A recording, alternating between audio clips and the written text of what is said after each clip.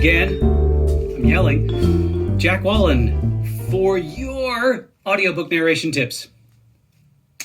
So I'm going to try something a little different today. And I'm going to try, I don't know if I can succeed. I think I can succeed. I'm going to show you how I go about fixing mouth noise in an audiobook. And this is going to be really quick and simple because I have a really awesome trick.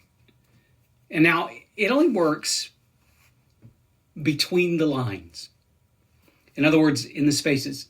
And I don't know if you're like me, but I have a lot of trouble with allergies.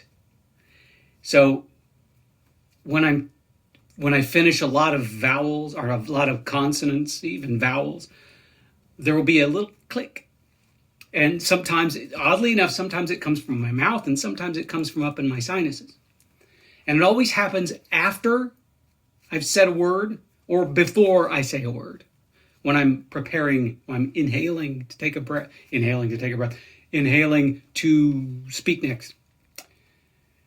Now you can't do this little trick within the words because, you can't take out mouth noises in a word. You have to actually re-record it.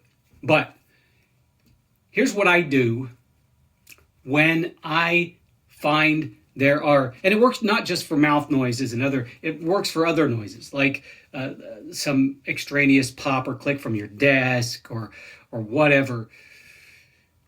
Here's what I do to fix those. Okay, so I don't know if you can see this. I'm actually going to start a recording. Not Dimple, simple. No, come on, I can type. There it is, simple screen recorder.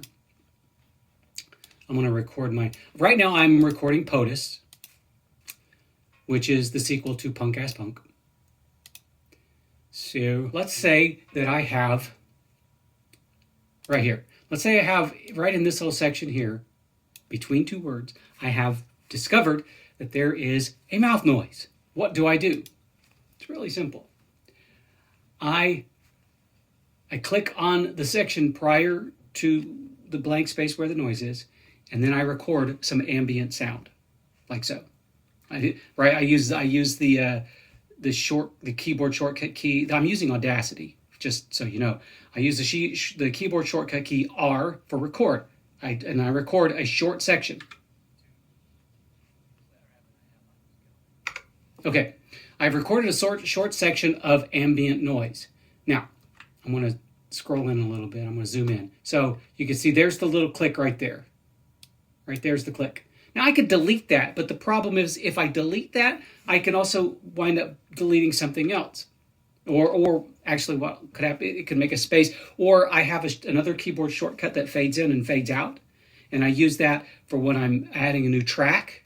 But I used to use the fade in, fade out trick to get rid of mouth noise. But what happens is all of a sudden you have a brief section of silence and then ambient sound.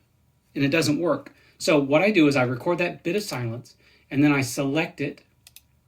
I select the same size as is between the two spaces, okay? And then I copy it, Control C. Then I come up here and I do the same thing up here. I don't want to get too close to the edges. I just want to make sure I include that sound, and then I paste. So now I have ambient sound where there was a click. And if you listen to it, it sounds more natural. And I do that every time I notice a mouth noise, because I record a section, and when I screw up, I stop, I go back and I listen to what I just recorded, and then when I hear those extraneous noises, I do that copy and paste. And it sounds very natural. And then when I'm done with the complete chapter, I go back and I use the Audacity effect. I'll show you here. I use noise reduction, and I'll show you exactly how I do it. Okay. So I select a section of ambient noise and Control C. Then I go to Effects, Noise Reduction, click Get Noise Profile, boom. And then I do Control A to select everything. And then I go to Effect, noise reduction, and then I click OK. And what that does is it removes all noise in the file based on the sample that you collected with the Control C from here, from gotta select something, from Effect, from Noise Reduction, Get Noise Profile. And that's how you remove ambient noise. So I'll remove the clicks by adding ambient noise or pasting ambient noise over the mouth noise and such. And then at the end, I remove all ambient noise with the noise reduction effect. And that's how you get professional sounding audiobook files. And that's it. That's all I got for today. I hope that helped anybody out there who's looking to get into the audiobook narration career, or if you're doing it and you're frustrated with ambient sounds and such. And if you're using Audacity, which is a great tool, probably the best tool out there, that's for free for recording audiobooks. And it works on all platforms. I use it on Linux. You can use it on Windows or Mac OS. Anyway, that's my tip for today. Have an awesome day and a great holiday, everybody. Rah!